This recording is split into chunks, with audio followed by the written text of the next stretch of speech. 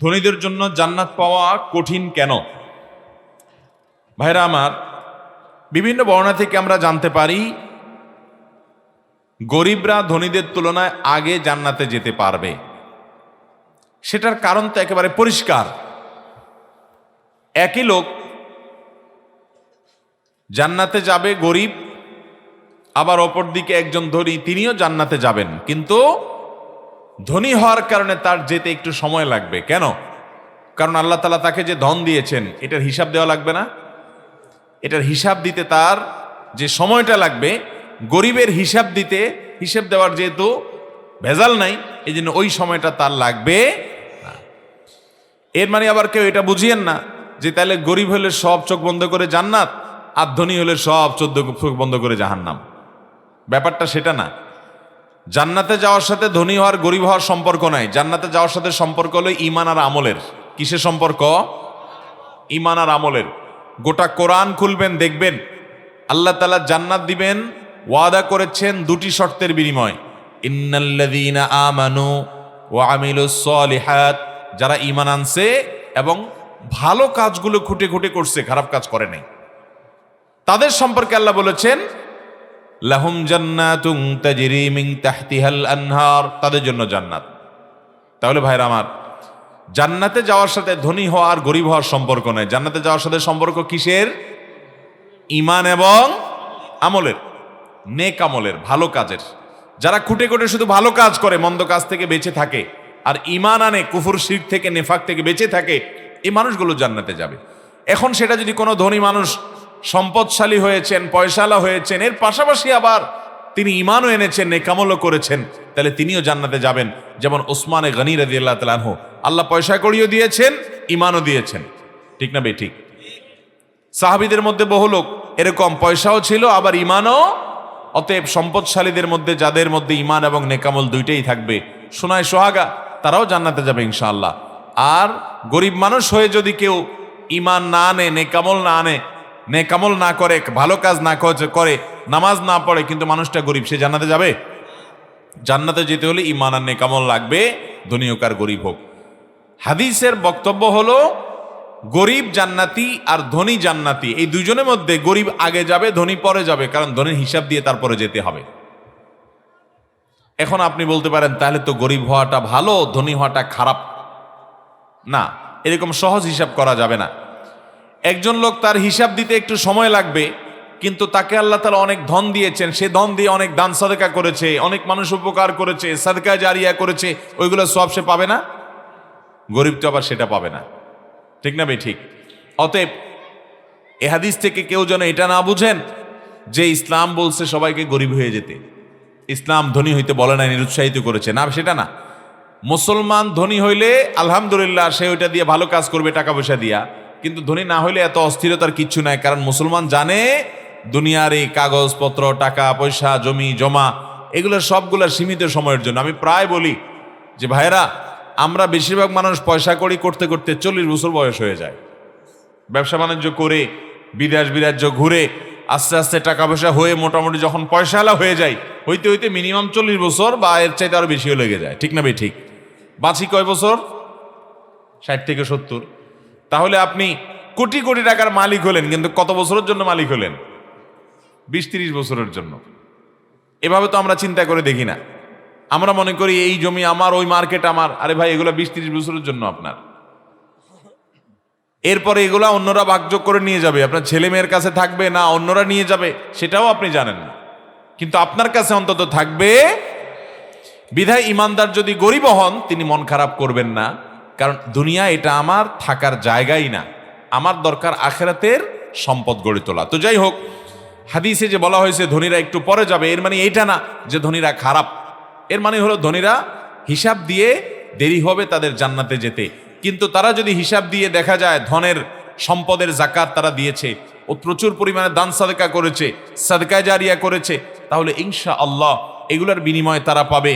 অনেক গরিবকে তারা পিছনে ফেলে অনেক উঁচু মাপের জান্নাতি হতে পারবেন।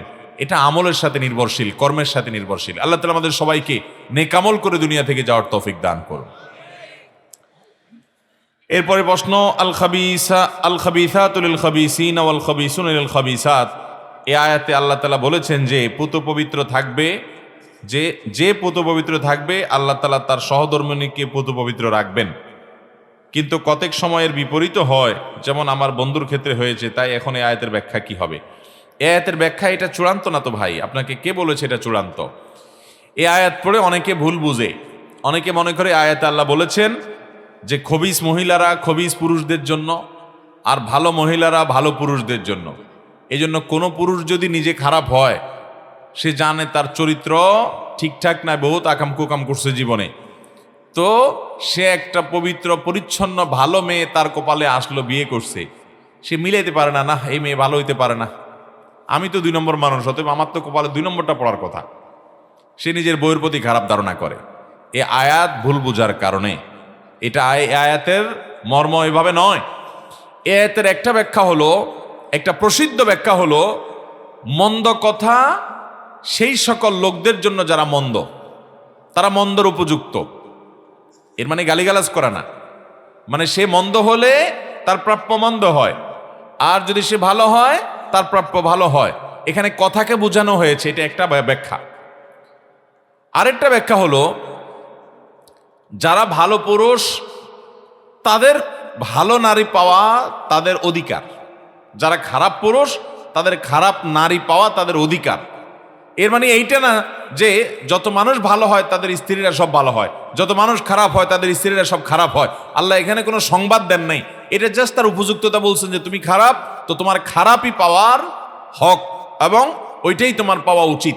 তুমি ভালো, তাহলে তোমার ভালো পাওয়া উচিত, এটা তোমার প্রাপ্য। যার খারাপ পাওয়া উচিত, আল্লাহ দয়া করে তাকে ভালো দিতে পারেন কি পারেন না? ফেরাউনের মতো খারাপ মানুষকে আল্লাহ তাআলা ভালো স্ত্রী দিছেন না, দেন নাই? আবার আল্লাহ নবী লূত আলাইহিস সালাম এবং নূহ আলাইহিস সালাম, আল্লাহর 2 জন নবী নেককার বান্দা, তাদের 2 জনকে 2 জন স্ত্রী দিয়েছেন যে স্ত্রীরা তাদের প্রতি ঈমান আনেন নাই। তাহলে অমুসলিম, আল্লাহর প্রতি ঈমান নাই, সেই কুফরি করা মানুষগুলোকে নবীর ঘরে আল্লাহ স্ত্রী হিসাবে দিয়েছেন। তাহলে ভালো মানুষে আল্লাহ তাআলা খারাপ মানুষ দিয়েছেন না, দেন নাই? তাহলে এভাবে এই আয়াতের আলোকে এই সহজ সমীকরণ করা যাবে না। আর এই আয়াতের ব্যাখ্যা মোটেও সঠিক না যে ভালো হবে তার সহধর্মিণী ভালো হবে, যে খারাপ হবে তার সহধর্মিণী খারাপ হবে না। মানে এটা আল্লাহ রাব্বুল আলামিন, যদি আপনি এই ব্যাখ্যা নেন, কারণ এটা অনেক মুফাসসিরদের ব্যাখ্যা, তাহলে সেক্ষেত্রে এর অর্থ দাঁড়াবে যে ভালো তার প্রাপ্য ভালো, যে মন্দ তার প্রাপ্য মন্দ। কিন্তু এর মানে এই না যে সে মন্দই পাবে, আল্লাহ তাআলা দয়া করে তাকে ভালো দিতে পারেন। আবার একজন ভালো মানুষকে মন্দ মানুষ দিয়ে আল্লাহ পরীক্ষা করতে পারেন। আল্লাহ তাআলার কাজ হিকমত এবং রহস্য থেকে খালি না, বিধায় এর সম্পর্কে আমরা ভুল না বুঝি। মনের মধ্যে আত্মমুগ্ধতা সৃষ্টি হলে তখন কি করণীয়? সুন্দর এবং চমৎকার একটা প্রশ্ন। আত্মমুগ্ধতা, যেটাকে বলা হয় অজুব, আত্ম অহংকার, এটা আমাদের একটা সুপ্ত অন্তরের রোগ। বেশিরভাগ মানুষ আমরা এই রোগ সম্পর্কে জানি না। আমার নিজেকে নিজে অনেক ভালো মনে হয়, ভেতরে ভেতরে ভাবসাব চলে আসে, ফুলে ফেপে নিজেকে অনেক বড় মনে হয়। এটাকে বলা হয় আত্মমুগ্ধতা, এটাকে বলা হয় আত্ম অহংকার। এটা কিন্তু গুনাহের কথা। ইমানদার সবসময় এভাবে চিন্তা করবে, আমার মধ্যে কোনো ভালো গুণ আছে, এটা আমার কাছে যদি মনে হয়, তো আমাকে চিন্তা করতে হবে এই গুণটা আমার চাইতে আরো ভালো কারোর মধ্যে থাকতে পারে কি পারে না। অতএব আমি আমার এই গুণের কারণে অত মুগ্ধ হতে যাব না, এক। দ্বিতীয়ত, আমার এই গুণটার বিনিময় যদি আল্লাহ তাআলা না দেন, তাহলে আমার এই গুণের কোনো দাম আছে? আল্লাহর কাছে অ্যাকসেপ্টেবল হবে কিনা সেটাও আমি জানি না, তাহলে এটা নিয়ে আমার অহংকার করার কি আছে? নাম্বার 3, আল্লাহ আমাকে যে গুণটা দিয়েছেন, আমার কাছে একটা ভালো জিনিস আছে, আলহামদুলিল্লাহ আমি তাহাজ্জুদ পড়ি, আলহামদুলিল্লাহ আমি দান সাদেকা করি, এটা ভালো গুণ আছে। আমি এটা দেখে নিজে নিজে অহংকার না করে আমি চিন্তা করব, নিজেকে বড় মনে না করে চিন্তা করব যে আল্লাহ তাআলা যে গুণটা দিয়েছেন এই গুণটা যে আমার চিরকাল থাকবে এমন তো কোনো কথা নাই। কত ভালো মানুষ খারাপ হয়ে গেছে, হয় কি হয়েছে না হয় নাই? নবী সাল্লাল্লাহু আলাইহি সাল্লাম বলেছেন, কিছু মানুষ আছে সারা জীবন ভালো কাজ করতে থাকে, সারা জীবন ভালো কাজ করতে করতে তার আর জান্নাতের মধ্যে মৃত্যু ছাড়ার কোনো তফাৎ নাই, মরলেই সে জান্নাতে যাবে, এত কাছাকাছি চলে যায় জান্নাতের। এরপরে হঠাৎ করে তার রুট চেঞ্জ হয়ে সে বেঈমান হয়ে আল্লাহর অবাধ্য হয়ে সে দুনিয়া থেকে মারা যায় এবং কাফের হয়ে যায়, শেষ। এরকম কপাল পড়া আছে না নাই? তো আমার ভিতরে যে ভালো গুণ আছে এটাই যে চিরকাল থাকবে এমন কোনো গ্যারান্টি আছে? এই জন্য ইমানদার কখনো অহংকার করবে না। তার ভিতরে ভালো কিছু দেখলেও সে নানান আশঙ্কার কারণে আল্লাহর কাছে পানা চাইবে, আশ্রয় চাইবে, নিজেকে ছোট মনে করবে। তাহলে আল্লাহ তাআলা তার প্রতি রহম করবেন। আর অহংকার যদি করে, অহংকারের জন্য আল্লাহ তাআলা জান্নাতকে হারাম করে দিয়েছে। আল্লাহ তাআলা আমাদের সবার অন্তরকে অহংকার মুক্ত করার তৌফিক দান করুন। চেষ্টা করবো তো ইনশাআল্লাহ। মনের মধ্যে কুফরি ভাব আসলে তখন করণীয় কি? অনেক যুবক ভাইরাই প্রশ্ন করেন যে মনের মধ্যে আল্লাহ সম্পর্কে বাজে চিন্তা আসে, খারাপ চিন্তা আসে, নোংরা চিন্তা আসে, কুফরি চিন্তা আসে। মনের মধ্যে যদি বাজে চিন্তা আসে তাহলে সেক্ষেত্রে সর্বপ্রথম কাজ হলো খুশি হওয়া। চিন্তা আসছে কুফরির, আপনি হবেন খুশি। ব্যাপার কি? খুশি হবেন এজন্য যে আপনার ঘরের সম্পদ আছে, এটা বোঝা গেছে। আপনার মধ্যে ঈমান আছে, এটা বোঝা গেছে। যার কারণে শয়তান আপনার মনের ভিতরে বাজে চিন্তা ঢুকাচ্ছে। যে বেঈমান, যে অমুসলমান, ওর জিজ্ঞেস করে দেখেন, ওর মনে বাজে চিন্তা ঢুকে না, কারণ ওর ভিতরে ঈমানই নেই। শয়তান যে ঈমানদার, তার মনের ভিতরে কুফরি, আল্লাহ সম্পর্কে বাজে চিন্তা, খোঁচাখুচি এগুলা করে। এগুলা করার উদ্দেশ্য হলো আপনার ঈমানকে দুর্বল করতে চায়। নবী করিম সাল্লাল্লাহু আলাইহি সাল্লামের কাছে ঠিক এই প্রশ্ন নিয়ে একজন সাহাবী আসছেন, ইয়া রাসূলুল্লাহ, আল্লাহ সম্পর্কে আমার মনে বাজে চিন্তা আসে। তখন নবী করিম সাল্লাল্লাহু আলাইহি সাল্লাম বলেছেন, যাকা নাফসুল ঈমান। আরে আল্লাহ সম্পর্কে বাজে চিন্তা আসছে আর তুমি সেজন্য অস্থির হয়ে গেছো, এটাই তো প্রমাণ করতেছে তোমার ভিতরে আল্লাহর প্রতি ঈমান আছে। অতএব আল্লাহর শুকর আদায় করবেন, তখন দেখবেন ইবলিস দৌড়ের উপরে থাকবে। এক। দ্বিতীয় করণীয় হলো, এ জাতীয় ওয়াসওয়াসাগুলো বাম দিক থেকে ইবলিস দেয়। প্রতীকী থুতু ফেলবেন বাম দিকে, প্রতীকী থুতু মানে থুতু ফেলবেন, কিন্তু থুতু থেকে মুখ থেকে থুতু বের করা জরুরি না, সুইর আগা পরিমাণ বের হতেও পারে। বাম দিকে প্রতীকী থুতু ফেলবেন এবং পড়বেন আমানতু বিল্লাহি ওয়া রাসূলিহি, অথবা আমানতু বিল্লাহি ওয়াল ইয়াউমিল আখির, আমি আল্লাহ এবং আখিরাতের প্রতি বিশ্বাস করি। এ দোয়া পড়বেন এবং আল্লাহর কাছে পানা চাইবেন, আল্লাহুম্মা জাআল ওয়াসাওয়িসা কলবি খাশিয়াতাক। আল্লাহ, আমার মনের ভিতরে যত বাজা জল্পনা কল্পনা আসে, ওয়াসওয়াসা আসে, আপনার ভয় দিয়ে সেগুলোকে রূপান্তর করে দেন, পরিবর্তন করে দেন। এ দোয়া পড়বেন। এরপরে প্রশ্ন হলো, বাবা যদি মোহর আদায় না করে তাহলে ছেলেরা কি বাবার পক্ষ থেকে মোহর আদায় করতে পারবে? কোন বাবা যদি মোহর আদায় না করে দুনিয়া থেকে চলে যান, মায়ের মোহর আদায় করেন না আপনার বাপ, তাহলে সেক্ষেত্রে আপনারা সন্তান হিসাবে বাবার সম্পদ থেকে আপনার মাকে মোহর পরিশোধ করতে বাধ্য। শুধু পারবে না, বরং এটা আবশ্যক। কারণ মোহর এটা ঋণ। কোন পুরুষ তার স্ত্রীর যদি মোহর আদায় করা ছাড়া মারা যায়, তাহলে এই পুরুষ ঋণ রেখে মারা গেছে, স্ত্রীর পাওনা রেখে মারা গেছে। তিনি অন্য 10 জনের কাছ থেকে, দোকানদারের কাছ থেকে ঋণ রেখে মারা গেলে যদি তার সম্পদ থেকে তার ঋণ পরিশোধ করা লাগে, তো একইভাবে এখানেও সেটা করতে হবে। অতএব বাবা মারা গেছেন, কিন্তু আপনি জানেন আপনার বাবা আপনার মায়ের যে মোহর ধার্য করা হয়েছে সেটা যত টাকাই হোক তখনকার আমলে, সেই টাকাটা শোধ করে নাই, তাহলে এখন সন্তান হিসাবে আপনারা বাবার সম্পদ থেকে সেটা শোধ করে দিবেন। যদি বাবার সম্পদ না রেখে যান তাহলে আপনারা নিজেদের থেকে শোধ করতে পারলে ভালো, যদি আবশ্যক না করতে পারলে সেটা উচিত এবং কর্তব্য। মোহর এমন দরকারি জিনিস। অনেক বুড়া মুরব্বীরা আছেন, বিয়ে করেছেন 30, 40, 50, 60 বছরও হয়ে গেছে, অনেকের আছেন এখনো পর্যন্ত বউর মোহর দেন নাই। আছে না নাই? হাজার হাজার লোক। কয়জন মোহর দিচ্ছেন যদি এখন জিজ্ঞেস করি, খুব অল্প সংখ্যক মানুষের হাত তুলবে, আমি জানি। এজন্য মোহর দেওয়া ছাড়া যেন মৃত্যু না হয়, এটা প্রাপ্য। মনে করতেছেন আমার বই তো, ঘরের মানুষই তো, কিয়ামতের ময়দানে কোনো ঘরের মানুষ থাকবে না, বিশেষ করে পাওনা দেনার ব্যাপারে। প্রত্যেকটা মানুষ তার পাওনা সেদিন বুঝে নেবে। আপনার স্ত্রী দাঁড়ায় থাকবে যে আমার মোহর বাকি ছিল, এখন দিয়ে যাও। আপনার নেকামল থেকে সেদিন দিয়ে দিতে হবে। এই জন্য মোহর পরিশোধ করবেন তো ইনশাআল্লাহ। স্ত্রীর মোহর পাই পাই করে হিসাব করে বুঝাই দিবেন।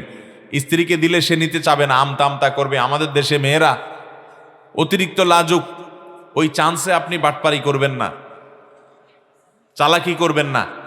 সে বলবে না না না থাক, আরে লাগবে না লাগবে না। আপনি আচ্ছা ঠিক আছে তাহলে রাখি। সাদা যদি ওই রকম হয়, কোন জামাইকে বলে শ্বশুরি বলছে, বাবা পিঠা খাবা? জামাই বলছে মা আম্মা কি পিঠা? আচ্ছা না খেলে না খাও। শাশুড়ি বলছে বাবা পিঠা খাবা? জামা জিজ্ঞাসা করছে মা কি পিঠার কথা বলতেছেন?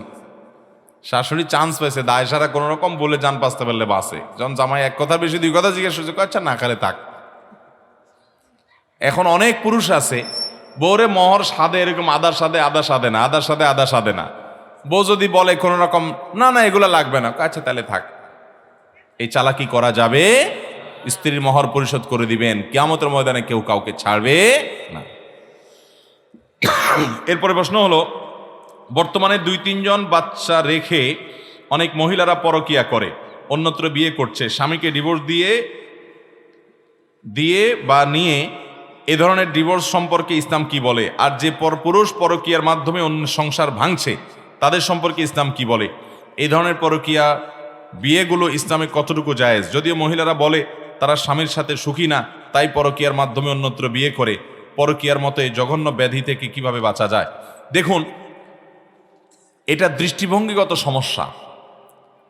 একজন মুসলমানের দর্শন হবে, দৃষ্টিভঙ্গি হবে, দুনিয়াটা আমার স্থায়ী জায়গা না, এখানে চিরসুখী হওয়ার জায়গা না, আমার স্বামী আমার স্ত্রী তার সাথে আমার চিরসুখ হবে এবং সব কিছু বেটে বলে হবে, এটা জীবনেও আশা করা এটা বোকামি। যদি তিনি অমানুষ হন, তো ফেরাউনের স্ত্রী আসিয়া ফেরাউনের মতো অমানুষের ঘর করেছে।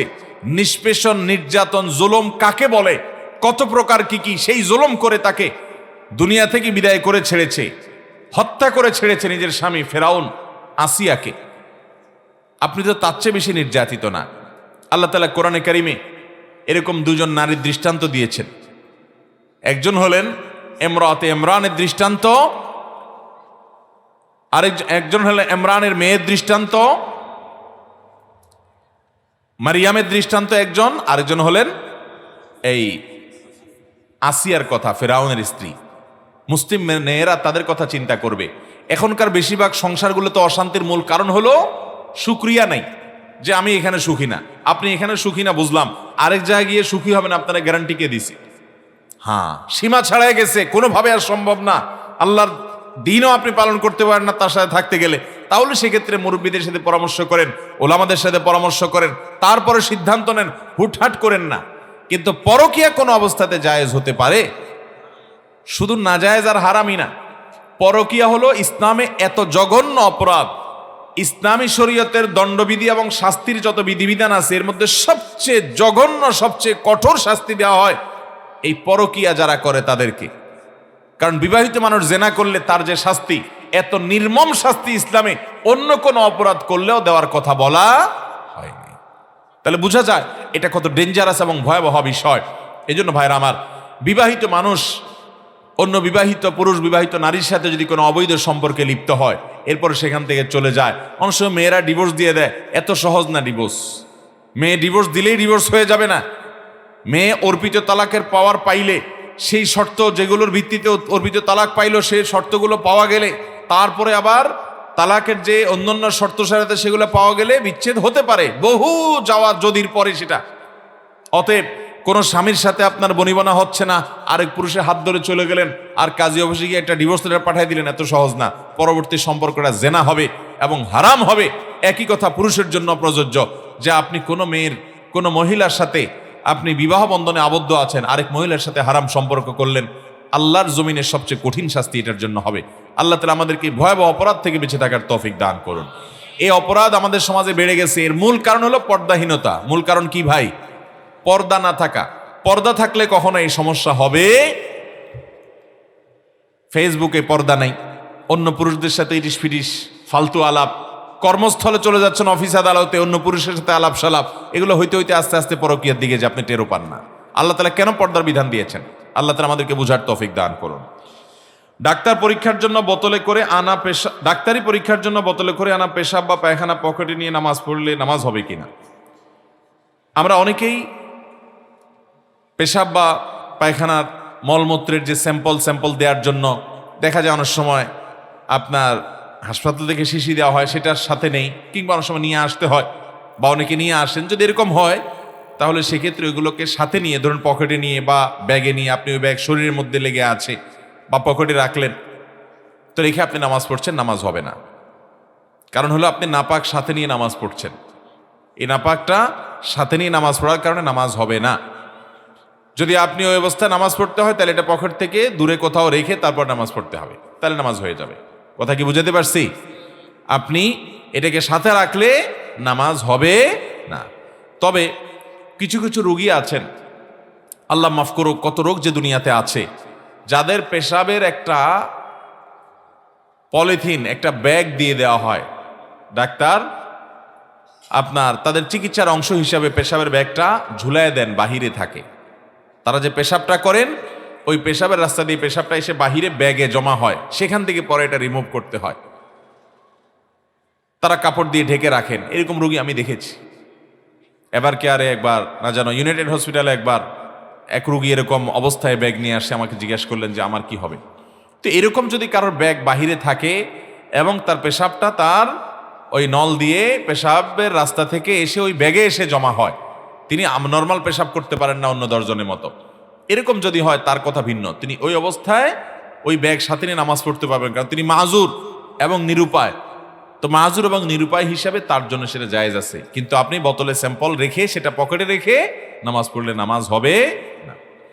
মোবাইল ইমার্জেন্সি ব্যালেন্স নেওয়া কি জায়েজ আছে? ইমার্জেন্সি ব্যালেন্স নিয়ে মারা গেলে পরকালে জবাবদিহি করতে হবে কিনা? ইমার্জেন্সি ব্যালেন্স নেওয়া জায়েজ আছে।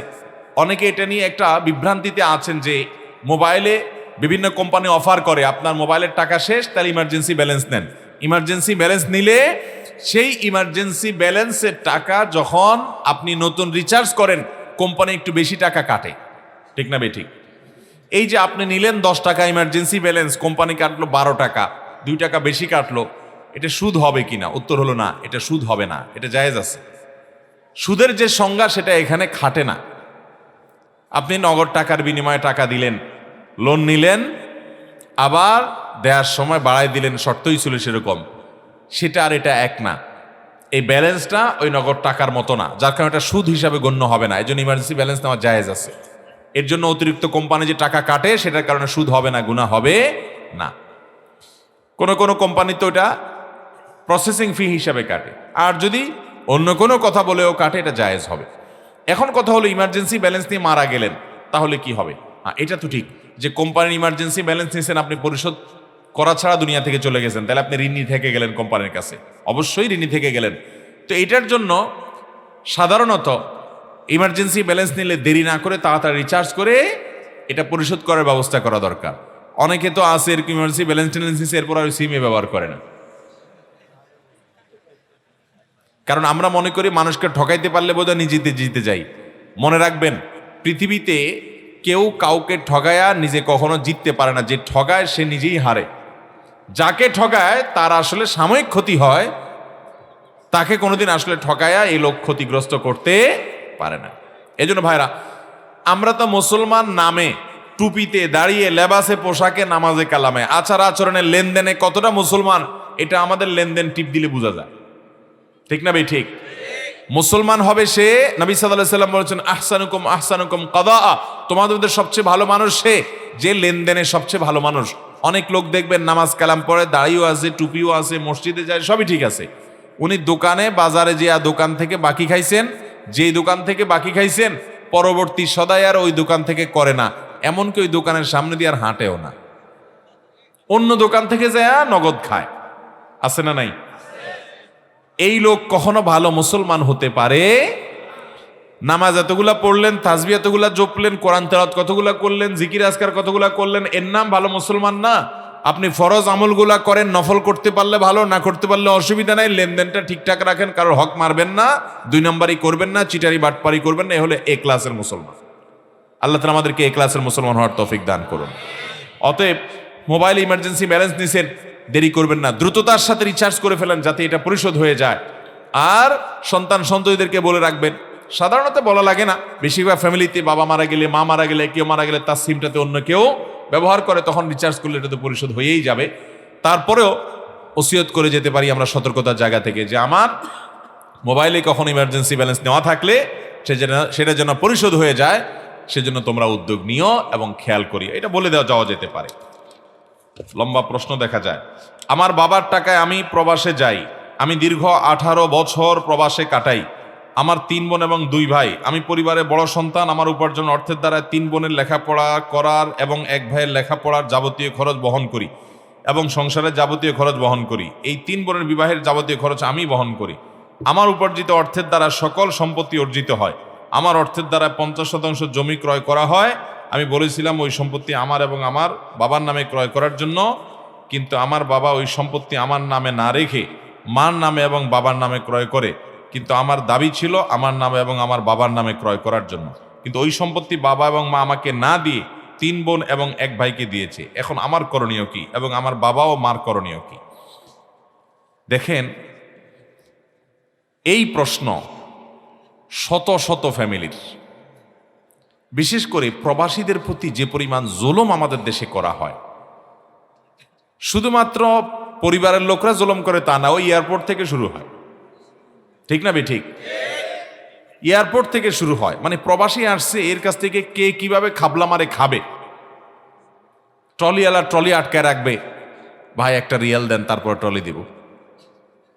যে যেভাবে পারে সে সেভাবে, শেষ পর্যন্ত নিজের ঘরে আইসা শান্তি পর্যন্ত পায় না। আমি প্রায় বলি, প্রবাসী বেচারাদের কোনো দেশ নাই, দেশের অর্থনীতির চাকা তারা ঘুরায়, দেশের উন্নতির মূল চাবিকাঠি এই প্রবাসীদের পাঠানো রেমিটেন্স, কিন্তু তাদের কোনো মূল্য না রাষ্ট্র দিতে পারে না পরিবার দিতে পারে, সব জায়গায় তারা বঞ্চিত।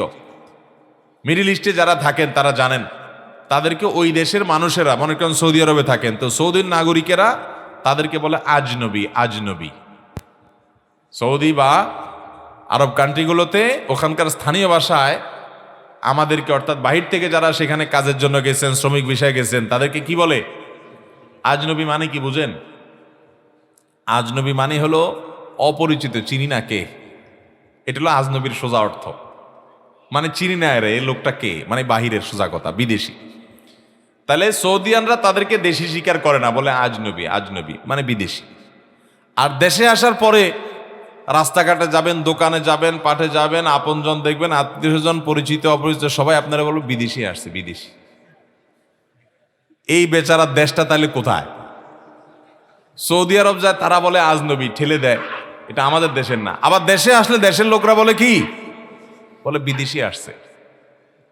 তাহলে এই প্রবাসী বেচারার দেশটা কোথায়?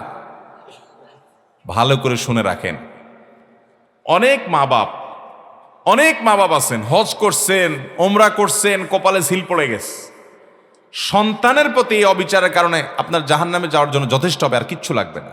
আপনার জাহান্নামে যেতে আর কিচ্ছু লাগবে না, এই সন্তানের আহাজারে যথেষ্ট হবে। ভালো করে শুনে রাখেন, কোন সন্তান বাবা মার টাকা নিয়ে বিদেশ গেছে, জমি জমা বিক্রি করে বিদেশ গেছে, তার কর্তব্য হলো বাবা মার যে টাকা দিয়ে জমি জমা বিক্রি করে বিদেশ গেছে, যে টাকা খরচ করে বিদেশ গেছে, ইনকাম করার পর প্রথম সেটা পরিশোধ করে বাবা মার সম্পদ কিনে দেওয়া, যাতে সব ভাই বোন সমানভাবে পায়। এরপর সে যেহেতু আগে গেছে, অন্যরা যদি ছোটখাটো হয়, তাহলে সে যেহেতু উপার্জনক্ষম, তার কর্তব্য এদের ভরণ পোষণ, এদের খরচের জন্য ব্যবস্থা করে। যদি বাবুর উপার্জন না থাকে, তখন সে অভিভাবক হিসাবে সে দেখভাল করবে, আল্লাহ তাকে সামর্থ্য দিচ্ছে, এবং তার নৈতিক দায়িত্ব থাকবে সাধ্য অনুযায়ী ভাই বোনকে হেল্প করা, এটা সে করবে। তো এর মানে এই না সে সারা জীবন যত উপার্জন করবে, জমি জমা করবে, ব্যাংক ব্যালেন্স করবে, সব বাপ নিজের নামে করবে, এবং অন্যান্য ছেলে মেয়ে যেগুলা রাস্তায় টোটো কোম্পানির ম্যানেজারি করে ঘুরে বেড়াইছে, ওইগুলারও ভাগ দিয়ে দিবে ওর কষ্টের টাকা। এটা কোনোদিন জায়েজ হবে? এই যে প্রশ্ন করেছেন, এই প্রশ্নকারী বেচারা আমারে এসে জোর করে প্রশ্নটা দিছে, বলছে ভাই আমার বাপ আছে এখানে, আপনি উত্তরটা দিয়ে যাবেন আজকে। আসামি হাজির, আসামি হাজির আছে, উত্তরটা দিবেন হুজুর। তা আমি চিন্তা করছি একটা প্রশ্ন উত্তর যদি দিত এটাই দেব। এরকম আসামি আমাদের দেশে আছে না নাই? অনেক। বাবারা ভালো করে শুনে রাখেন, সন্তানের প্রতি জুলুম করলে আল্লাহ বিচার করবেন কি করবেন না? আপনি এটা মনে করিয়েন না যে আমারই তো ছেলে, তার প্রতি জুলুম করলে আবার কিসের বিচার। জি না, আল্লাহ তাআলা কোনো জুলুমের ছাড় দিবেন। অতএব আপনার সন্তান টাকা পয়সা দিয়ে আপনাকে জমি কিনতে বলছে, আপনি আপনার নিজের নামে কিনে এরপর অন্য ছেলে মেয়েদের ভাগ করে দিয়ে দিচ্ছেন, তাকে দিচ্ছেনই না তার সম্পদ। আমি এই ভাইকে বলবো, আপনি আইনি লড়াই করে যদি নেওয়ার সুযোগ থাকে, যদিও আপনার আইনি লড়াই করে নেওয়ার সুযোগ খুব একটা নাই, কারণ আপনার কোনো এভিডেন্স প্রমাণ নাই। যদি আপনার সুযোগ থাকে আপনি আপনার হক আদায় করতে পারেন, কিন্তু বাবা মার সাথে বেয়াদবি করা যাবে না, অসম্মান করা যাবে না। আপনি আপনার অধিকার অন্যায়ভাবে বঞ্চিত হলে আপনি সেটা আদায় করতে পারেন। আর যদি আপনি ছাড় দেন, আল্লাহর জন্য মাফ করে দেন বাবা মা, আল্লাহ তাআলা আপনাকে তার জন্য আজর এবং বিনিময় দান করবেন। কিন্তু বাবা মার জন্য এটা অবশ্যই গুনাহের কথা যে সন্তানের সম্পদ কিভাবে আত্মসাৎ করবেন।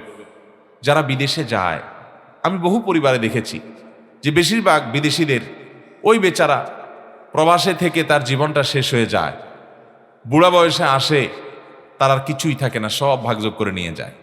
তারই টাকায় ভাই বোন পড়ালেখা করে বড় মানুষের পরে ভাইকে আর চিনেও না, আছে না নাই?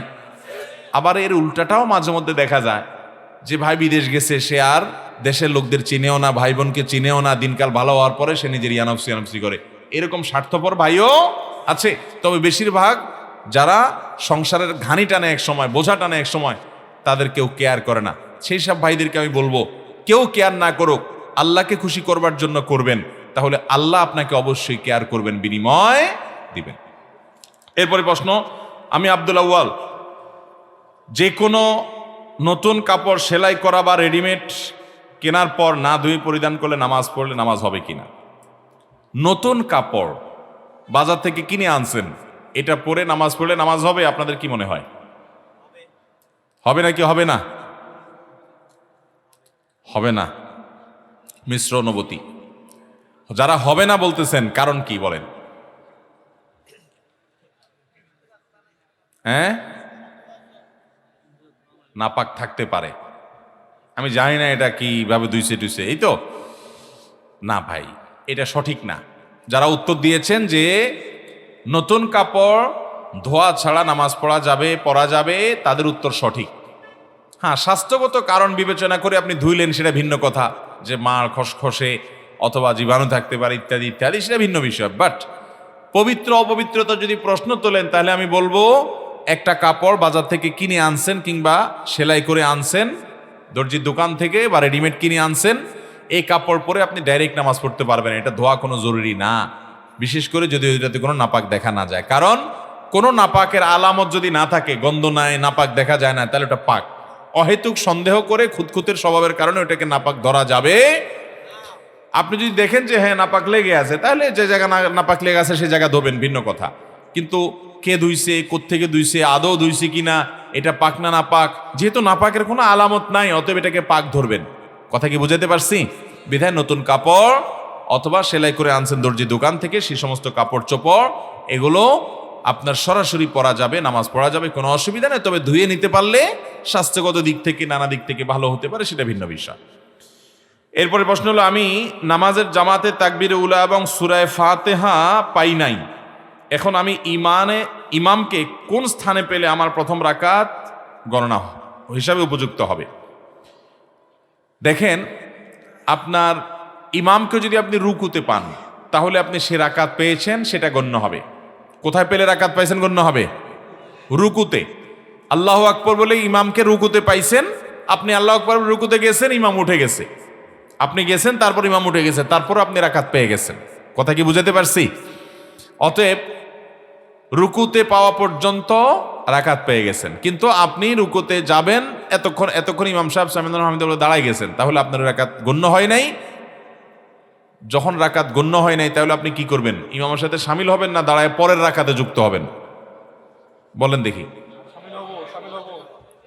শামিল হলে লাভ কি? রাকাত তো এটা গণ্য হবে না। কি লাভ? লাভ আছে? কি লাভ? সেজদা গিয়ে আপনি তাসবিহ পাঠ করবেন, সব হবে না নাই? অনেক লোক আছে দেখবেন যে দৌড়ায় দৌড়ায় আসছে ট্রেন ধরার জন্য, আয়সা দেখে ট্রেন ছেড়ে দিয়েছে, মানে ইমাম সাহেব রুকু থেকে উঠে গেছে, এরপরে দাঁড়ায় থাকে, আফসোস করে, রাকাতটা মিস হয়ে গেল, দাঁড়ায় থাকে। ইমাম সাহেব সেজদা দুইটা দিয়ে পরের রাকাতে দাঁড়ানোর পরে যায় ইমাম সাহেব যোগ দেয়। দেখছেন না এরকম লোক? সারাসর বল, আপনি দাঁড়ায় থাকলে কি সওয়াব পাইলেন? আপনি যদি যোগ দিয়ে ফেলতেন, রাকাত গণ্য না হইতো, কিন্তু সেজদা দিছেন দুইটা, সেজদার মাঝখানে দোয়া পড়ছেন, আবার তাকবীর দিছেন, আপনি সওয়াব পাবেন না? ফামাই আমাল মিসকালা যাররাতিন খায়রান ইয়ারা, বিন্দুমাত্র ভালো কাজ করলে আল্লাহর কাছে তার সওয়াব পাওয়া যাবে কি যাবে না? অতএব এটা দাঁড়ায় থাকাটা ভুল। এরপরে প্রশ্ন হলো, মুসাফির সফর থেকে ফিরে নিজ এলাকায় প্রবেশ করলেই পুরো সালাত আদায় করবে, নাকি নিজ ঘরে ফেরার পর পুরো আদায় করবে? খুব দরকারি একটা প্রশ্ন। ধরুন আপনি এই গ্রামের বাসিন্দা, আপনি এখান থেকে ঢাকায় গেছেন সফরে একটা কাজে, কাজ শেষ করে আপনি ঢাকা থেকে ফিরে আসছেন। এখন আপনি ঢাকা থেকে ফিরে আসার পর আপনার গ্রামের, আপনার এলাকার এরিয়ার ভিতরে ঢুকছেন, ঢুকে নামাজ পড়বেন। আপনি এখনো ঘরে আয়সা পৌঁছান নাই। সফরে থাকলে তো কসর করা লাগে, জোহর, আসর এবং এশা, এগুলো 4 রাকাতেরটা কয় রাকাত? 2 রাকাত। এখন আপনি আপনার এলাকায় ঢুকছেন, কিন্তু বাড়ি পর্যন্ত যান নাই, আপনি কি কসর পড়বেন না পুরা পড়বেন? এ হলো প্রশ্ন।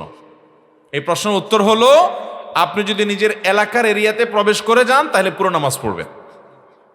কারণ আপনি এলাকার এরিয়া থেকে বাহির হইলে কসর শুরু, সফরের সুবিধা শুরু। ওই এলাকার এরিয়াতে ঢুকে গেছেন, তখন কসরের সুবিধা শেষ, আপনি পুরো নামাজ পড়তে হবে। নিজের বাড়ি পর্যন্ত গেলে পুরো নামাজ পড়বেন, ব্যাপারটা এরকম না। যেই এরিয়া থেকে বের হলে কসর শুরু হয়েছে, সফর শুরু হয়েছে, ওই এরিয়ার ভেতরে প্রবেশ করলেই কি হয়ে গেল? তিনি মুকিম হয়ে গেলেন এবং পুরো নামাজ পড়বেন। ধরুন ঢাকা উত্তর সিটি কর্পোরেশনের এলাকার মানুষ, আপনি সফর করে চট্টগ্রাম গেছেন, চট্টগ্রাম থেকে আপনি আপনার বাসা উত্তরা বা টঙ্গী ওইদিকে, আপনি হয়তো উত্তরার এলাকাতে ঢুকে গেছেন, এখন নামাজ পড়তেছেন, আপনি পুরো নামাজ পড়বেন, কারণ আপনি আপনার এলাকাতে প্রবেশ করে গেছেন। কথা কি বুঝাতে পারছি? এরপরে প্রশ্ন, বর্তমানে অনেক মানুষ অনলাইন দ্বারা প্রভাবিত হয়ে বিভিন্ন ভ্রান্ত মতবাদের দিকে ধাবিত হচ্ছে, এক্ষেত্রে মুসলিম উম্মাহ সহি মানহাজের উপর অটল থাকতে করণীয় কি? খুব দরকারি একটা প্রশ্ন ভাই। অনলাইনে অনেকে বিভিন্ন উড়াধুড়া দাওয়াত পেয়ে বিভ্রান্ত হয়ে যাচ্ছেন। আপনারা অবাক হবেন, কোরআনের তাফসিরের নামে বিভিন্ন ফেসবুক পেজ খুলে তাফসির করা হচ্ছে। আমি সেদিন দেখলাম একজন বেপর্দা মহিলা বসে বসে তাফসির করতেছে। পরে একটু ভালো করে শুনে দেখি সে খ্রিস্টান, কিন্তু করতেছে কি? কোরআনের তাফসির। কোরআনের তাফসির নাম দিছে যাতে করে মুসলমানরা শুনে। এবার সে খুব কৌশলে মুসলমানদেরকে খ্রিস্টান বানাচ্ছে। বাংলাদেশে শত শত হাজার হাজার মানুষ খ্রিস্টান হচ্ছে এইভাবে বিভ্রান্ত হয়ে, মানুষ না জানার কারণে। কিছু লোক আছে অতি পণ্ডিত, জেনারেল শিক্ষিত মানুষ, দু চারটা কোরআন হাদিসের আয়াত হাদিস জানার পর নিজেরে মহাপণ্ডিত ভেবে এই সমস্ত জায়গায় অজায়গায় গিয়ে ধরা খায়। হিজবুত তাওহীদ একটা গ্রুপ বাইর হইছে, এরা দেখবেন আপনাকে তারা নতুন ইসলাম শিখাবে। কি শিখায় তারা? তারা কিন্তু ইসলাম শিখায় না। কি শিখায়? তাদের এমাম আছে, ইমাম নাই। এমন এমাম আছে, আল্লাহর বান্দা মাঝে মধ্যে খুতবা পড়ে যে শুনি, শুধুমাত্র তার অবস্থাটা আপনাদের সামনে তুলে ধরার জন্য বলা, না হলে তার ব্যক্তিগত দোষ আমার চর্চা করার আমার একটা অভ্যাস নাই। আমি কারো ব্যক্তিগত দোষ চর্চা করি না, সাধারণত চেষ্টা করি এটা থেকে বেঁচে থাকা। কিন্তু যেহেতু মানুষকে গোমরাহ করছে, সেজন্য এটা না বললে নয়। এই ভদ্রলোক যখন কোরআনের আয়াত পড়ে, মক্তবের ছোট ছোট বাচ্চা, এই যে আপনাদের আনন্দপুরের যে মাদ্রাসার বাচ্চারা, এই বাচ্চাদেরকে যদি শুনান, তারাই বলবে আরে আঙ্কেল কি পড়ে এগুলা, তো পুরাটাই রং, ওটা পড়ার উচ্চারণটাই হয় না। আরবির অর্থ বোঝা তো অনেক পরের কথা। এই লোক বলে এমাম ও জামান, জমানার বলে এমাম। আবার এই জমানার এমামের মূল যে এমাম ছিল প্রতিষ্ঠাতা, সেই এমাম সাহেব আবার বিড়ি সিগারেট খাইতো সারাদিন। সিগারেট খাওয়া ছবি আছে ওনার, উনি সিগারেট খাইতো। টাকমন নিচে লুঙ্গি পড়তো ভদ্রলোক, দাড়ি ছিল না। এখনকার এমামেরও নাই। তারা মহিলা পুরুষ পর্দা পুশিদার বালাই নাই বললেই চলে। কিন্তু তাদের একটাই কাজ, হুজুরদেরকে, সকল আলেমদেরকে তারা ধর্ম ব্যবসায়ী বলে গালি দেয়। আলেমদেরকে ধর্ম ব্যবসায়ী বলে গালি দেয় এদেশে দুই শ্রেণীর মানুষ। এক হলো চরম ইসলাম বিদ্বেষী নাস্তিক, আর এক হলো ইহুদি খ্রিস্টানদের টাকায় চলা এই সমস্ত হিজবুত তাওহীদরা। এই সমস্ত মানুষগুলো যে বিভ্রান্ত, এটার উপরে আমার 1 ঘন্টার একটা আলোচনা আছে, দালিলিক আলোচনা। আমি হিজবুত তাওহীদের সমস্ত বই পুস্তক তাদের অফিস থেকে সংগ্রহ করে, আমি তখন সৌদিতে ছিলাম, নিয়ে গেছি সেখানে। তাদের বইগুলো পড়ে পড়ে দাগায় দাগা কোরআন হাদিসের আলোকে তাদের বিভ্রান্তিটা আমি তুলে ধরেছি। 1 ঘন্টার উপরে অনলাইনে আছে, ওটা দেখে নিতে পারেন। এটা একটা ভ্রান্ত ফেরকা, যে তার একটা প্রমাণ হলো নবীজি সাল্লাল্লাহু আলাইহি সাল্লাম বলেছেন, মান ক্বালা হালাকান নাস ফাহুয়া আহলাকুহুম, যে বলবে সবাই গোমরা হয়ে গেছে, কেউ প্রকৃত ইসলামে নাই, আমরাই প্রকৃত ইসলামে আছি, নবীজি বলেছেন এ হলো সবচেয়ে বড় গোমরা। সব আলেম ওলামারা ইসলাম বুঝে নেয়। উনি সূরা ফাতিহাটাই সহি করে পড়তে পারে না, অর্থ বোঝাতে পরের কথা, উনি ইসলামের ইমাম হয়ে গেছে, উনি প্রকৃত ইসলাম। তো অনলাইনে এরকম অনেক ভুলভালের পিছনে মানুষ পড়ে। কোরআনের তাফসিরের নাম দিয়ে খ্রিস্টান মিশনারিরা বিভ্রান্ত করছে, গোমরা করছে। এটা রীতিমতো অন্যায়, অপরাধ। এটা রীতিমতো জঘন্য, বিচারযোগ্য অপরাধ, যে মানুষকে কোরআনের তাফসিরের নাম দিয়া খ্রিস্টান ধর্মে দীক্ষিত করছে।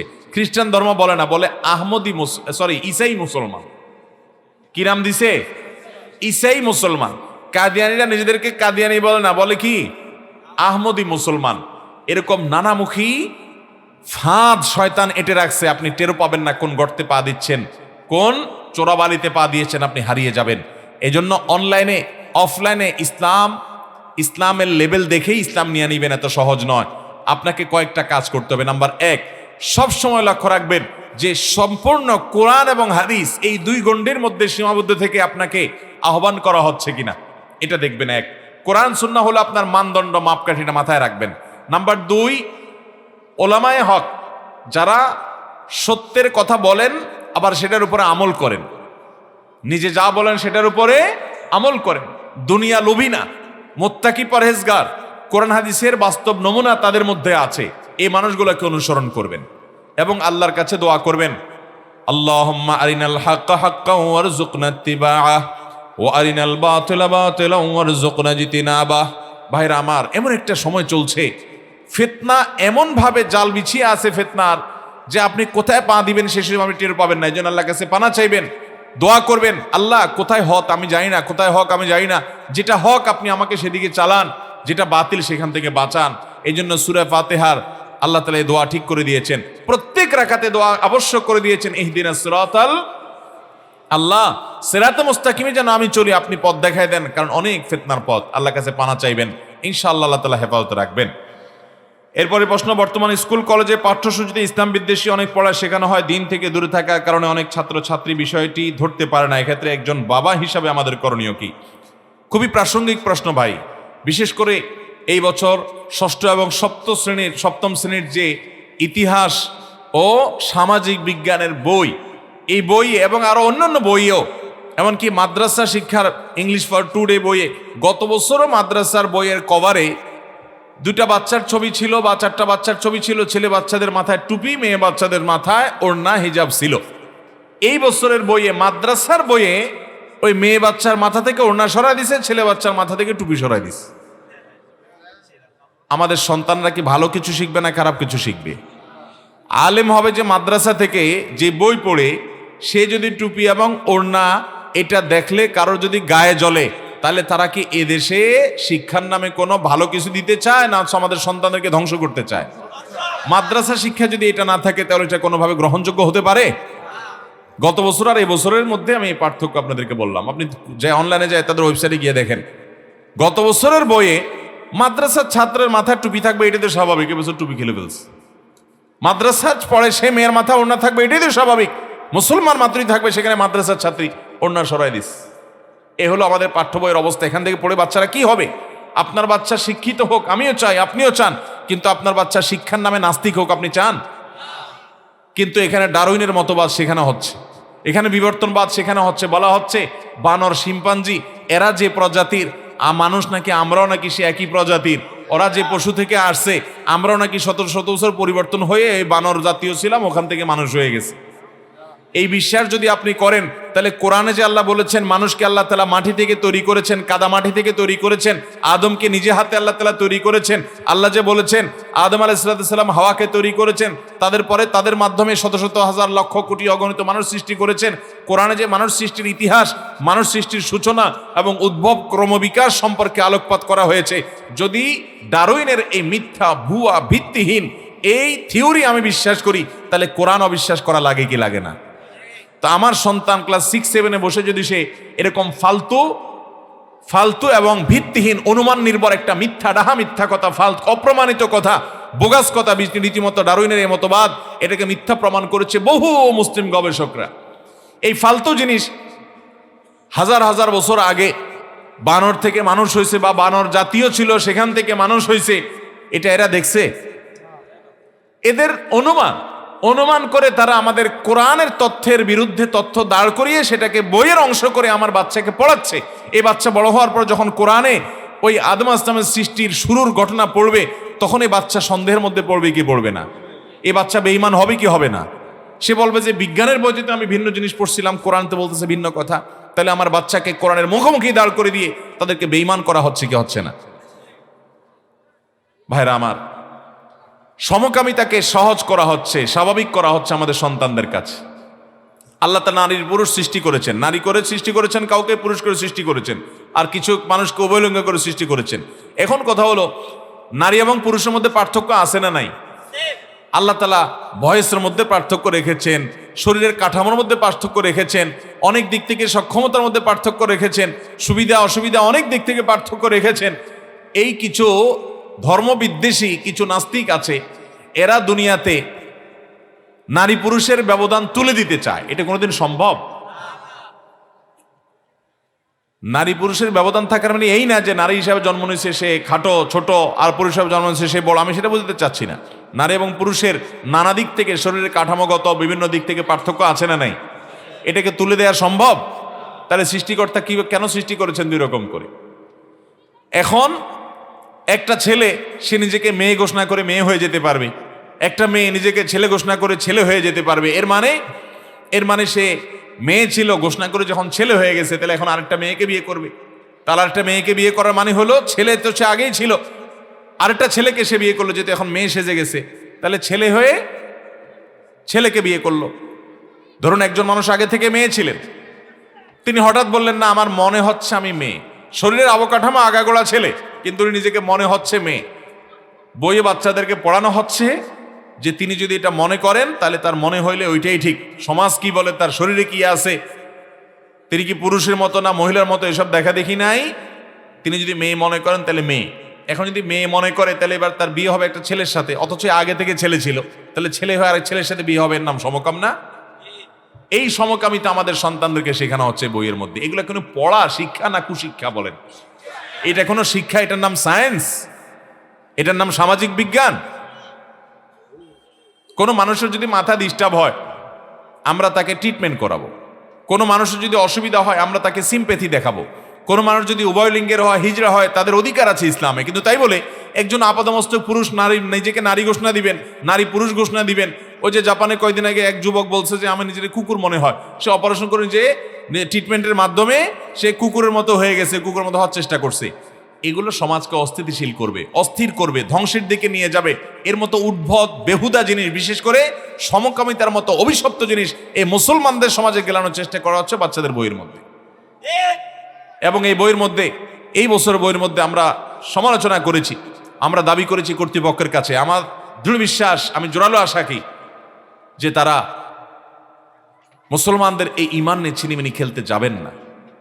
এবং আমার বাচ্চাকে আমার ট্যাক্সের টাকা দিয়ে বই কিনে তাকে পড়ানো হবে, সেই বইয়ে পড়ে আমার বাচ্চা বেঈমান হবে, নাস্তিক হবে, এটা আমি কোনোদিন চাইবো? যদি এই ধরনের কুশিক্ষাই নিয়মিত দেওয়া হয় তো আমি তো আমার সন্তানকে ওই শিক্ষা দেবো না। প্রয়োজনে সে পড়াশোনা ঘরে পড়বে, আমি নিজে পড়াবো। মুসলিম শাসকদের ব্যাপারে যত ভিত্তিহীন ভুয়া ইতিহাস দিয়ে হিন্দু শাসকদের সবাইকে ফেরেশতা দেখায়া, মুসলমান শাসকদের সবাইকে ভিলেন দেখায়া বই ইতিহাস লিখছে। আমি লাইন বাই লাইন গতকালকে এক বক্তব্যে আমি ওই বই থেকে দেখে পড়ে ওই পৃষ্ঠা সেখান থেকে কোট করে করে আমি বলে দিয়েছি।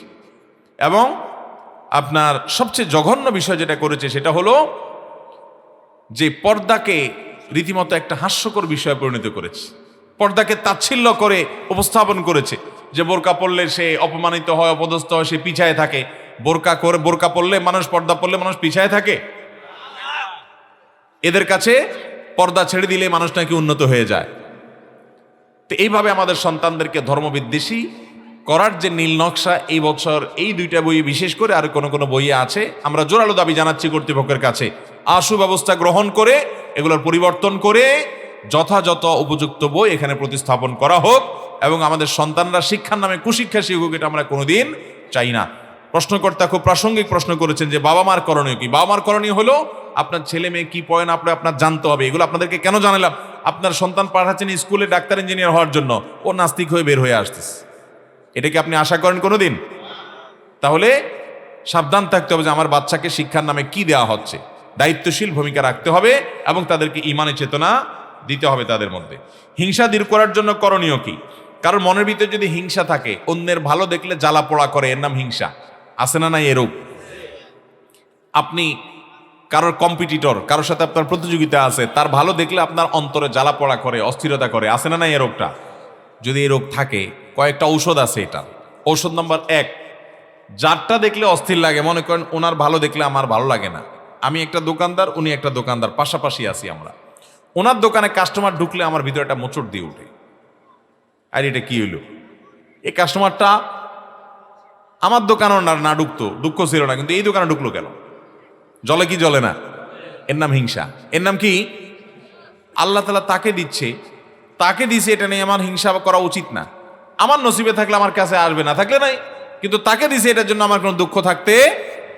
এখন কথা হলো, যদি এরকম রোগ থাকে কারোর মধ্যে, তাহলে ট্রিটমেন্ট কিভাবে করবেন?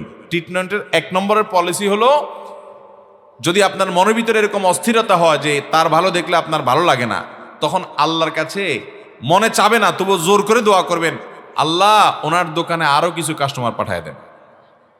বুঝেন নাই কথা? দোয়া করবেন উল্টা।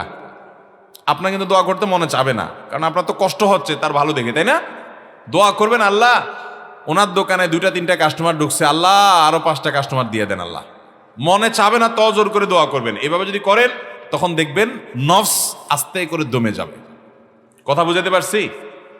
নাম্বার 2, দ্বিতীয় হিংসা দূর করার জন্য ঔষধ হলো, এই কথার চিন্তা করবেন যে তাকে আল্লাহ তাআলা দিয়েছেন, কাস্টমার পাঠাইছে কে?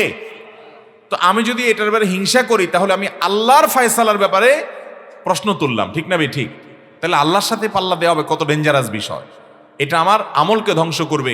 একটা হাদিস, যেটা সনদি মুহাদ্দিসরা অনেকে আপত্তি তুলেছেন, কিন্তু হাদিসের মূল বক্তব্য বিভিন্নভাবে প্রমাণিত, যে হাসাদ বা হিংসা মানুষের আমলকে নষ্ট করে দেয়। আপনি কষ্ট করে আমল করবেন, আরেকজনের ভালো দেখে হিংসা করবেন, এটা নষ্ট হয়ে যাবে। বিধায় এটা থেকে বাঁচার চেষ্টা করতে হবে, কি হবে না? আল্লাহ আমাদের তৌফিক দান করুন। গালের উপরে যে দাড়ি ওঠে, সেগুলোর কিছু অংশ চেঁচে ফেলা যাবে কিনা? একেবারে গালের উপরের দিকে, অনেক সময় এই যে চোয়ালের একেবারে নাকের কাছাকাছি, চোখের একেবারে কাছাকাছি পর্যন্ত দাড়ি থাকে, এই দাড়িগুলো চাষা যাবে। এই দাড়িগুলো চাষা, দাড়ির সংজ্ঞার মধ্যে এগুলো মূলত পড়ে না। এই যে হাড্ডি, এই হাড্ডি যেটা কানের 2 কান থেকে নিয়ে এই যে চোয়ালের হাড্ডি, হাড্ডির উপরে যেগুলো থাকে এগুলো সবগুলো দাড়ি, এটার উপরের সাইডে এগুলো সব দাড়ি। কিন্তু একেবারে গালের উপরে চলে আসে, যেটা হারাজ পর্যায়ে হয়ে যায়।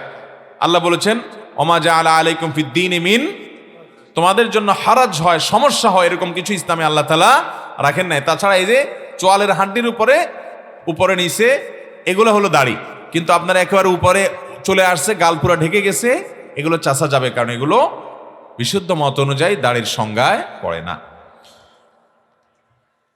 এরপর প্রশ্ন হলো, ইদানিং ফেসবুকে কিছু ভিডিও ভাইরাল হয়েছে যে কিছু মানুষ বরফের গুঁড়া দিয়ে ওযু করতেছে এবং একসাথে অনেকগুলো বরফ দিয়ে কুলি করতেছে, এতে কি ওযু হবে?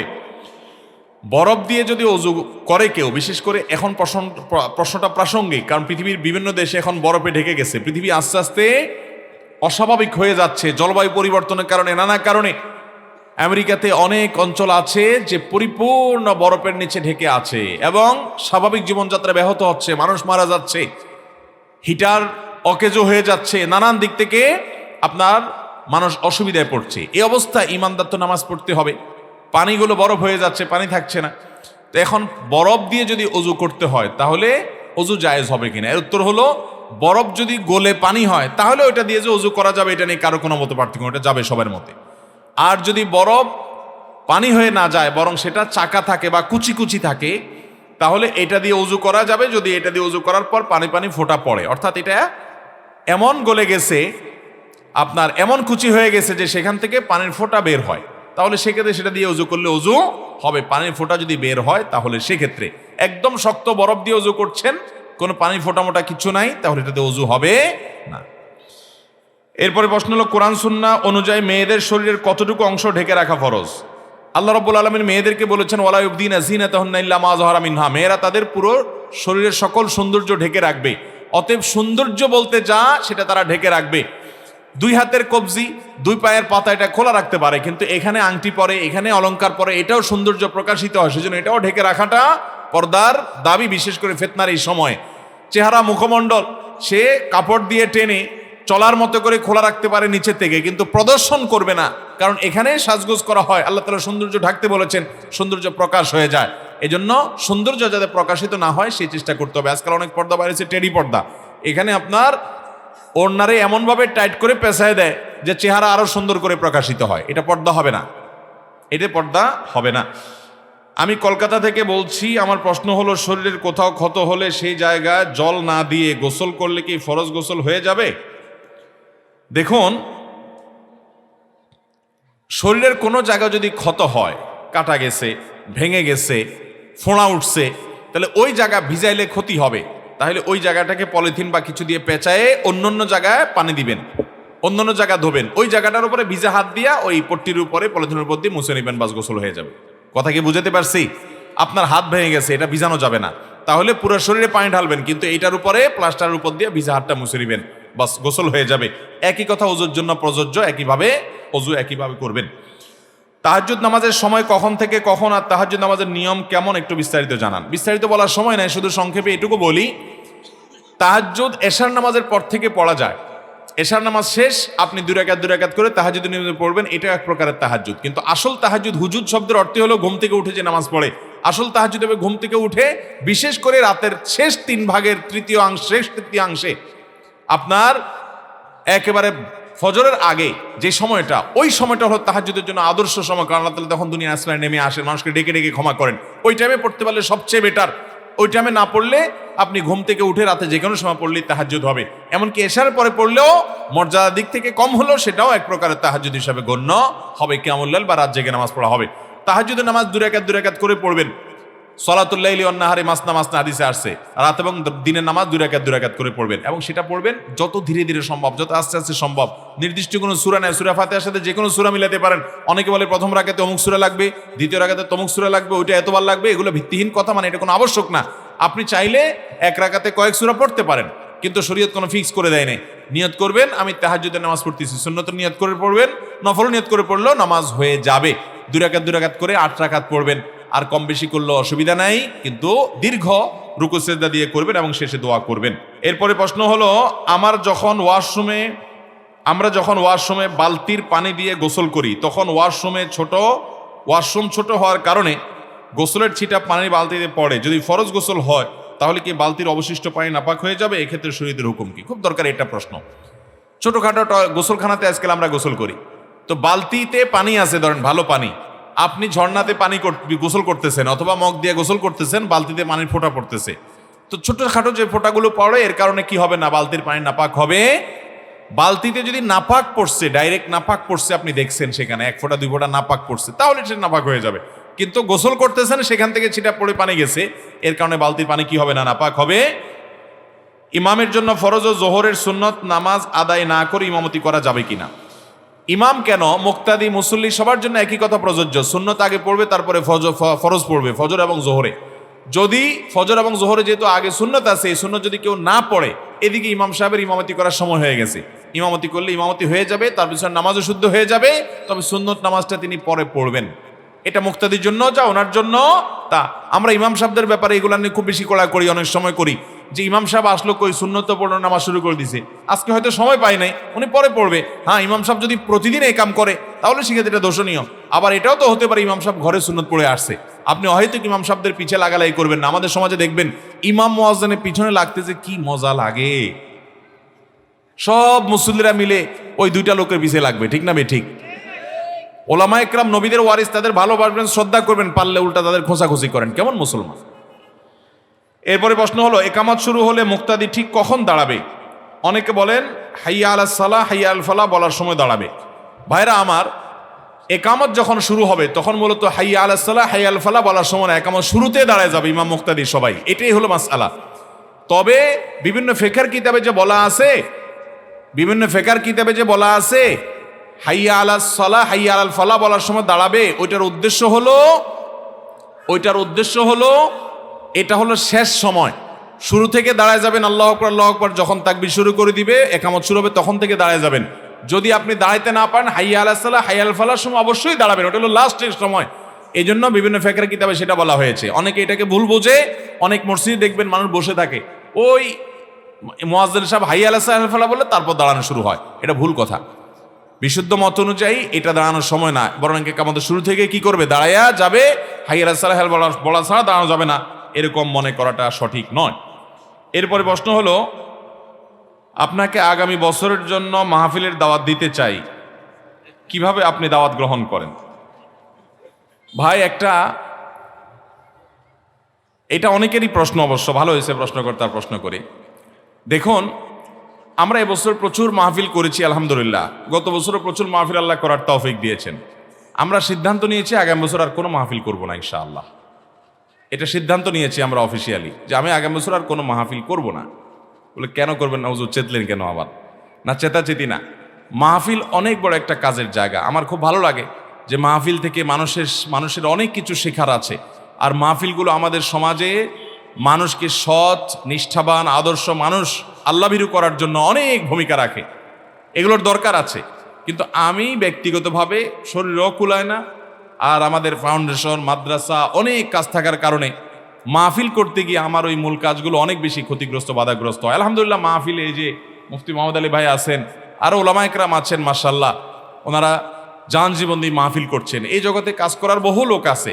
আমি যে কাজগুলো করি সেগুলোর কিছু কিছু আছে যেগুলো তো আসলে করার মতো লোক খুব বেশি নাই, বা অনেকে করে না, অল্প সংখ্যক লোক সমাজে করে। এই জন্য আমি ওইদিকে মনোযোগটা বেশি দিব। বলে তাহলে পাবলিককে কি দাওয়াতি কাজ করবেন না? 100 বার করবো ইনশাআল্লাহ। সেজন্য আমরা মসজিদ ভিত্তিক প্রোগ্রাম করার পরিকল্পনা করেছি। আল্লাহ যদি তৌফিক দান করে পরবর্তীতে আমরা ইনশাআল্লাহ মসজিদে মসজিদে হালাকা, মনে করেন আপনাদের ফেনী জেলাতে আপনারা একটা মসজিদ দিবেন, মাসে 2 মাসে একবার করে আমরা এসে সেখানে হালাকা করব, ঘোষণা দিব, আপনারা আসবেন, সেখানে আমরা প্রোগ্রাম করব। ওইটাতে সুবিধা হলো সেখানে এত আয়োজন নাই, এত স্ট্রেস নিতে হবে না, এত খরচের ব্যাপার স্যাপার নাই। মাহফিল আমরা অল্প করব চিন্তা করছিলাম। এবছর আমাদের সিদ্ধান্ত ছিল আগে থেকে যে আমরা সপ্তাহে 2টা মাহফিল করব, কিন্তু দেখা গেছে ডেলি 2টা হয়ে গেছে। সপ্তাহ 2টা জায়গায় ডেলি 2টা হয়ে গেছে। এমন ভাবে ধরা হয়, এমন মুরব্বীরা বলেন যে ফেলানো যায় না। তো যাই হোক, এই জন্য আমরা মশওয়ারা করেছি যে আল্লাহ যদি তৌফিক দান করে আপাতত আগামী বছর দেখা যাক পরবর্তীতে কি হয়। আগামী বছর আমরা মাহফিল না করে মাহফিলের পরিবর্তে মসজিদ ভিত্তিক আমরা হালাকা, মসজিদ ভিত্তিক মাজলিসুস সুন্নাহ আসন্নাহ ফাউন্ডেশনের তরফ থেকে করবো। সেই প্রোগ্রাম করতে কোনো টাকা পয়সা ওই আয়োজকদের কারোর কোনো খরচ করতে হবে না। খরচ, টুকটাক খরচ যেটা ব্যানার খরচ, সেটা ফাউন্ডেশন বহন করবে। আর আমরা এমনিতেই যাবো ইনশাল্লাহ, কোনো পয়সা করে লাগবে না। সেক্ষেত্রে আপনারা প্রত্যেকটা জেলা থেকে বা 2-3 জেলা মিলায় একটা বড় জেলা শহরে আমরা একটা করে প্রোগ্রাম করলাম, এবং সেটা বছর জুড়ে আমরা করব, সারা বছর করব ইনশাআল্লাহ। মিডিয়ার ভাইদের মধ্যে যারা ভালো কাজ করেন তাদেরকে আমরা অ্যালাউ করবো যে ঠিক আছে তারা রেকর্ড করবে, তাদের মাধ্যমে মানুষ জানবে ইনশাআল্লাহ। আর মাহফিলের ময়দানে অনেক ভাই আছেন, এই জন্য আপনারা কষ্ট করবেন না। অনেকে মাহফিলের জন্য দাওয়াত দিতে চান, কিন্তু আমরা নিতে পারি না, সেজন্য আপনারা মনে কষ্ট পান। এই বছর যেই পরিমাণ চাপ আমি শরীরের উপরে নিয়েছি, আজকের কথা শুধু বলি, সকাল 4:15 ফ্লাইটে গেছি সিলেট থেকে আবার 2.5 ঘন্টা গাড়িতে করে গেছি মৌলভীবাজার, সেখান থেকে আবার এসে আবার ফ্লাইট ধরছি, ধরে ঢাকায় এসে এই ঢাকা শহর পাড়ি দিয়ে আবার এই ফেনী আসলাম। মানে কত শরীরে কুলানো যায়। মুশকিল হলো কেউ তো নাছোড় বান্দা, সবাই বলে আমার এখানে 5 মিনিট ওয়াজ করা লাগবে না, চেহারা দেখে চলে আসবে। এরপরে নিয়ে ওয়াজ তো করায় প্রশ্ন এক গাদা দেয়। তো যাই হোক, তারপর এটা কাজের জায়গা। আল্লাহ রব্বুল আলামিন এই মাহফিলগুলোকে শত শত হাজার হাজার বছর দেশের মানুষের দ্বীনি খেদমত করার তৌফিক দান করুন। ওলামা ইকরামকে আল্লাহ তাআলা দ্বীনি খেদমত করার তৌফিক দান করুন। আমরা আলহামদুলিল্লাহ বিভিন্ন রকমের কাজ করছি, এবং দাওয়াতি ভিন্ন প্ল্যাটফর্মে আমরা ইনশাআল্লাহ কাজ করব। আমাদের আসন্নাহ ফাউন্ডেশন মসজিদ কমপ্লেক্স হবে, সেখানে আমরা নিয়মিত প্রোগ্রাম করব। সারা দেশ থেকে মানুষ যাওয়ার সুযোগ থাকবে। অনেকে আমাদেরকে বলে আপনার সাথে দেখা করার সুযোগ কি? এখন দেখা করার সুযোগ না, কারণ লাফাইতে থাকে, এখানে একবার ওখানে একবার। আমার কোনো অফিসে গেলে কোথাও 10 মিনিট, কোথাও 20 মিনিট এভাবে থাকতে হয়, সময় পাই না। তখন আমরা ওখানে বসে যাব ইনশাআল্লাহ, সবাই পাবেন, সহজ হবে। আল্লাহ তাআলা আমাদের স্বপ্নগুলো বাস্তবায়ন করার তৌফিক দান করুন। ভাই আরও অনেক প্রশ্ন আছে, কিন্তু রাত গভীর হয়েছে, আমাদের ফজরের সালাত আদায় করতে হবে। আমি ওনার জন্য অপেক্ষা করছি, নাহলে বহু আগে ছেড়ে দিতাম, কারণ উনি আসেন নাই। আলহামদুলিল্লাহ আমরা যে সমস্ত কথা শুনলাম জানলাম, আল্লাহ আমল করার তৌফিক দান করুন। বস কিরে আনো নাই? ঢাকা থেকে আনো নাই? হ্যাঁ, তো কি করলা তুমি? আমি ইদানিং সব মাহফিল শেষে পুরস্কার দেই, 5টা-7টা করে বই। গতকালকেও দিছি। গতকালকে ছিল কোথায়? নারায়ণগঞ্জ, কাঞ্চনে, পূর্বাচলের ওদিকে। তো আপনাদের জন্য তো বই আমি ওরা আনতে বলছি, ভুলে গেছে, অফিসে রেখে আসছে। যাই হোক, এটা তাহলে পরবর্তীতে কীভাবে দেবো? মুফতি সাহেবের মাধ্যমে পৌঁছাবো? আমি তো চাইছি প্রশ্ন করে উত্তর দিবেন, আমি বই হাদিয়ে দিব। এখন আমরা সব মাহফিল এটা শুরু করছি আলহামদুলিল্লাহ। তো আল্লাহ যদি তৌফিক দান করে পরবর্তীতে কখনো হবে, আমরা যে সমস্ত কথা শুনলাম, জানলাম, বুঝলাম, আল্লাহ তাআলা আমাদেরকে আমল করার তৌফিক দান করুন। সবাই আমল করবো তো ইনশাআল্লাহ? আচ্ছা, এক কাজ করেন, বই নেই তাদেরকে এমনি প্রশ্ন করে উত্তর দিবেন আপনারা, পুরস্কার ছাড়া উত্তর দিবেন? আচ্ছা, তাহলে 2-3টা প্রশ্ন করি। আমার আলোচনা থেকে প্রশ্ন, আমি আলোচনার মধ্যে যা বলছি সেখান থেকে প্রশ্ন। আচ্ছা,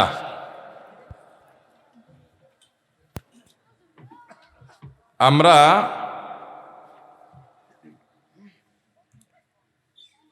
একটা প্রশ্ন ছিল না প্রশ্ন থেকে না, আচ্ছা আলোচনা থেকে ডাইরেক্ট চলে যাই। আল্লাহ রাব্বুল আলামিন কোরআনে হাকিমে আমাদেরকে নির্দেশ দিয়েছেন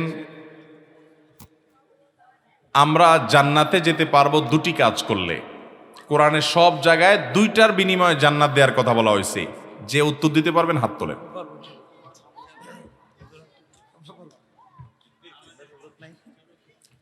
কার হাত কার হাত কার হাত?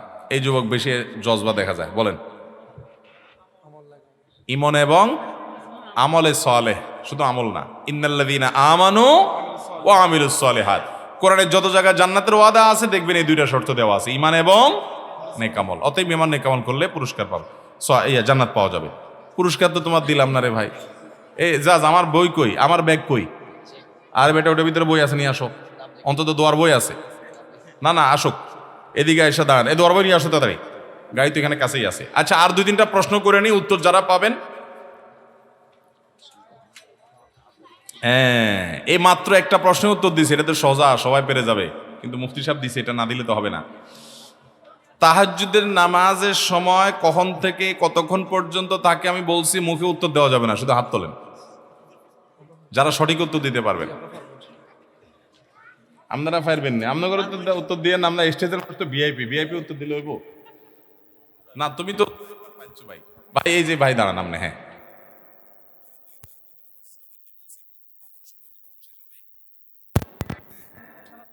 এশার নামাজের পর থেকে শুরু হবে, শেষ হবে কখন?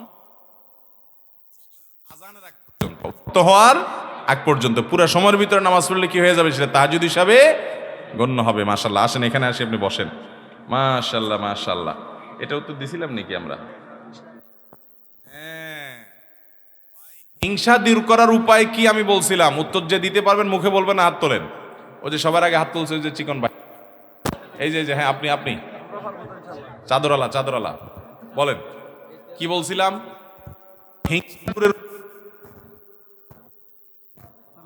তার জন্য উল্টা দোয়া করবেন যার প্রতি হিংসা হয়।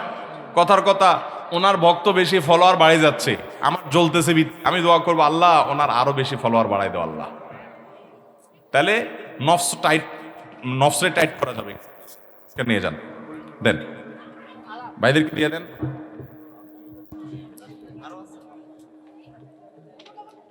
আচ্ছা আর দুই তিনটা পুরস্কার দেব প্রশ্ন ছাড়া, বসেন একটু আছে, ওই যুবকরে দেন।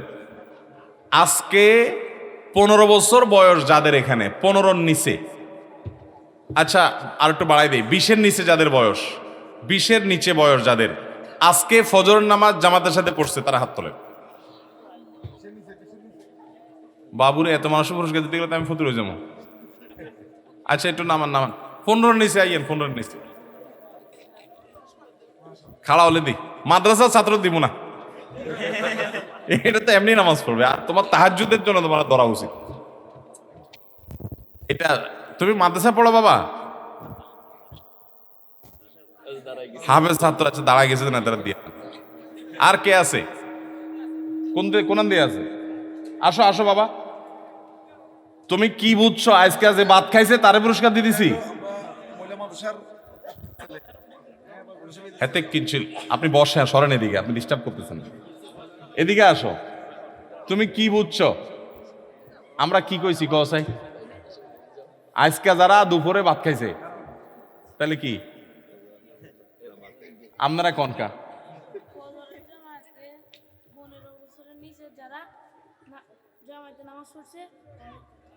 তুমি আজকে হরছো ফজর নামাজ জামাতে, মাশাআল্লাহ, নাও জাযাকুমুল্লাহ খায়ের, জাযাকুমুল্লাহ খায়ের। আর আসেনি? শোনো, আজকে ফজর নামাজ পড়ছো স্বপ্নে? মসজিদে যাই? মাশাআল্লাহ মাশাআল্লাহ, মজা করলাম, মিথ্যা বলার কথা না, বাচ্চা মানুষ। তোমার একটা কার্ড সহ দিলাম হাদিয়া। কই আপনি মাদ্রাসায় পড়েন? ওরে বাবা, হাফেজ। তাহলে আপনার প্রশ্ন তো এটা না, আপনার প্রশ্ন হলো তাহাজ্জুদ পড়ছেন কিনা। হাফেজ ফজর নামাজ পড়ছেন, এটা একটা প্রশ্নের কথা হইলো? হাফেজ তো নামাজ পড়বেই, আরো জোরে মুসলমানও তো পড়বে। আচ্ছা তারপর আপনি আসছেন, পুরস্কার নিয়ে যান। বলেন এরপর আর কে আছে? আপনি পুরস্কার পান নাই? আল্লাহ নসিব ভালো আমার, দেন। এটা দিয়ে তো পরে পকেট থেকে টাকা দেওয়া লাগতো। আচ্ছা, কিছু মোটা বই আনার কথা ছিল, আমাদের ভাই ভুলে গেছে। ইনশাআল্লাহ পরবর্তীতে আমরা আনবো। আমাদের ওই যে মসজিদ ভিত্তিক হালাকা যখন আমরা শুরু করব সারা দেশে ইনশাআল্লাহ, সেগুলোতে আমরা প্রচুর পরিমাণে প্রশ্নোত্তরের মাধ্যমে পুরস্কার দেবো ইনশাআল্লাহ।